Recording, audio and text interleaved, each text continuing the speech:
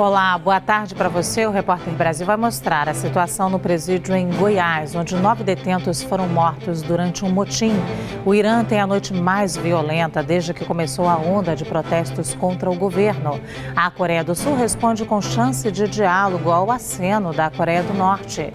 Estão em vigor as novas regras para a emissão de certidão de nascimento. E vamos saber quais foram os nomes mais comuns no Brasil no último ano. E ainda começa hoje a competição que é celeiro de craques no futebol nacional. Do Rio de Janeiro e com emissoras públicas de todo o país, começa agora o Repórter Brasil.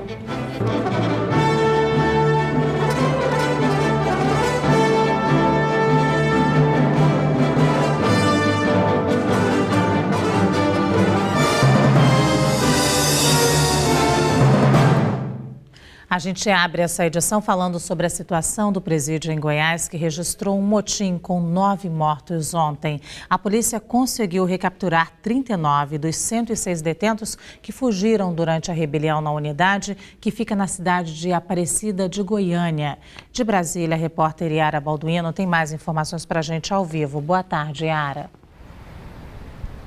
Boa tarde, Luciana. Boa tarde a todos. A Polícia Civil de Goiás confirmou que 9 presos foram mortos e 14 ficaram feridos durante a rebelião ontem. Todos esses mortos foram carbonizados e a polícia começou hoje o processo de identificação. Esse presídio, Luciana, tem capacidade para 500 presos, mas atualmente tem 1.250 presos, sendo que 740 ficam em regime fechado e o restante em regime semiaberto, ou seja, eles saem durante o dia, mas voltam para dormir. Essa rebelião começou ontem. Os presos colocaram fogo em colchões e uma ala do presídio acabou também pegando fogo. O motivo teria sido uma briga entre facções rivais. A Polícia Civil também negou que a razão dessa rebelião tenha sido falta de comida ou água para os presos. Lembrando que essa rebelião acontece exatamente um ano depois daquela rebelião no presídio em Manaus, no início do ano passado. Uma outra informação, Luciana, a Justiça Federal suspendeu uma liminar que autorizava o uso de verbas da saúde para o pagamento de servidores públicos no Rio Grande do Norte.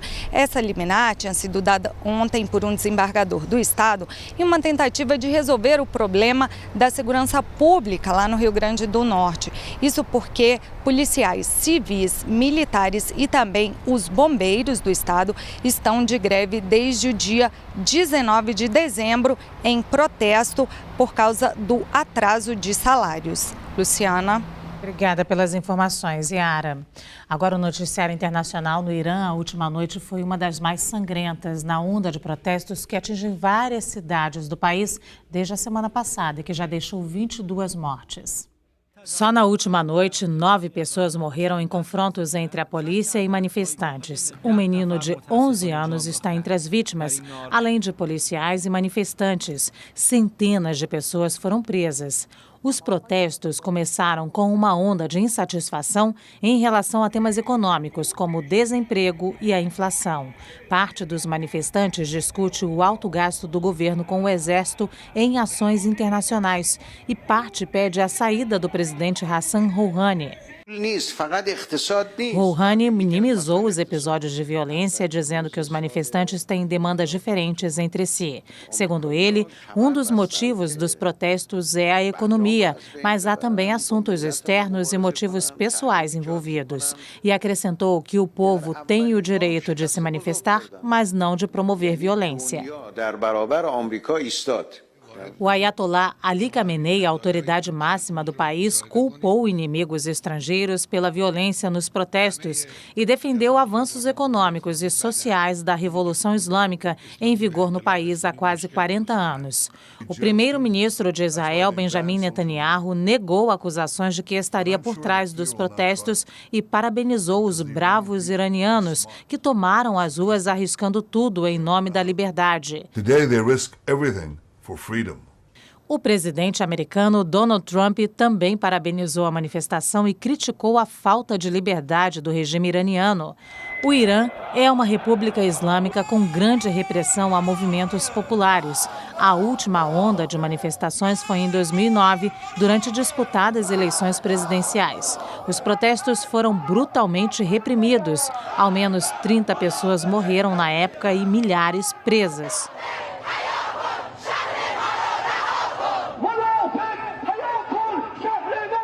Um aceno que pode representar um alívio na Ásia. Em resposta à Coreia do Norte, a Coreia do Sul propôs conversas diplomáticas com a vizinha.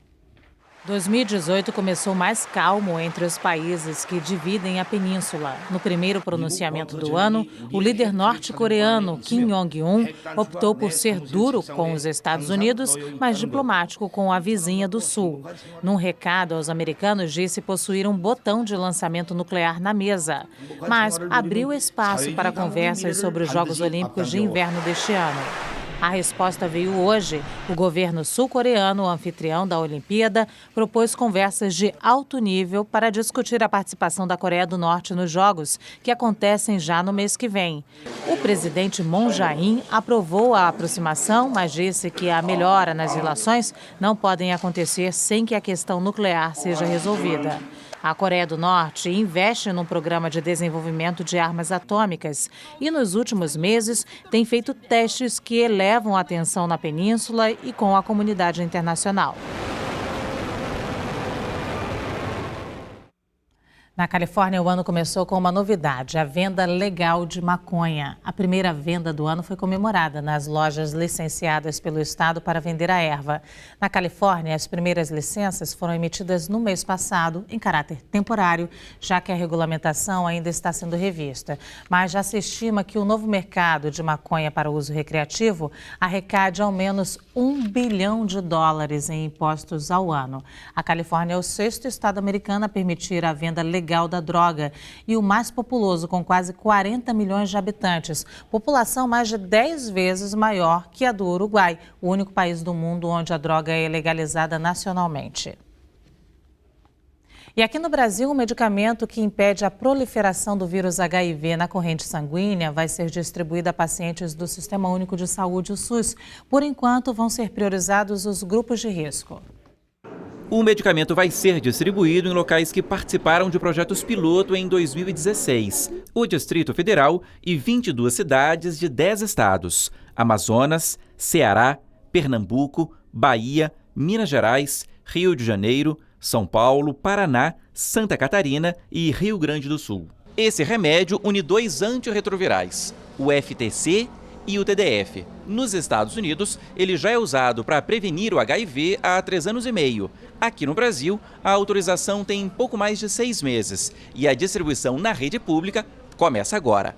Mas atenção, o medicamento não é para todo mundo, nem substitui a camisinha.